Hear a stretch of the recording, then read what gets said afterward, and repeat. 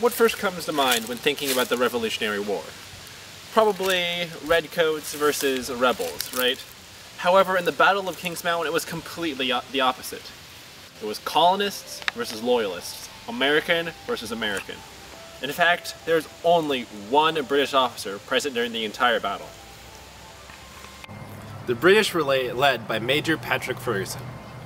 Ferguson was sent by General Cornwallis after the victory at the Battle of Camden. With a force of over 1,000 men, Ferguson was very confident in his actions. The over-mounted men heard Ferguson's threat and marched over 100 miles to the Tennessee Mountains to surround Ferguson on Kings Mountain.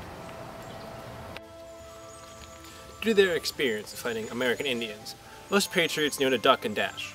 They employed many Indian tactics, such as hollering when shooting, and being essentially lone wolves, taking no orders from officers. It was at this peak the South Carolinian militia marched up.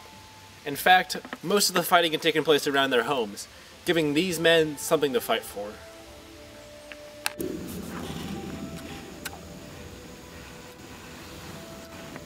While most would consider the high ground advantageous, in this case it was actually the opposite.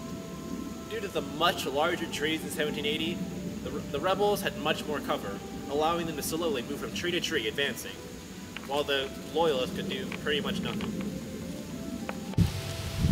As Ferguson found himself enclosed on the top of Kings Mountain, some of his soldiers actually switched sides in the heat of the battle. Due to the common clothing and the lack of identification, it was very easy to switch sides. It was here at this spot where Major Ferguson was shot and killed, thus essentially ending the battle. Ferguson, wearing his bright red checkered shirt, made him an easy target. 9 musket shots at him at the same time, killing him instantly.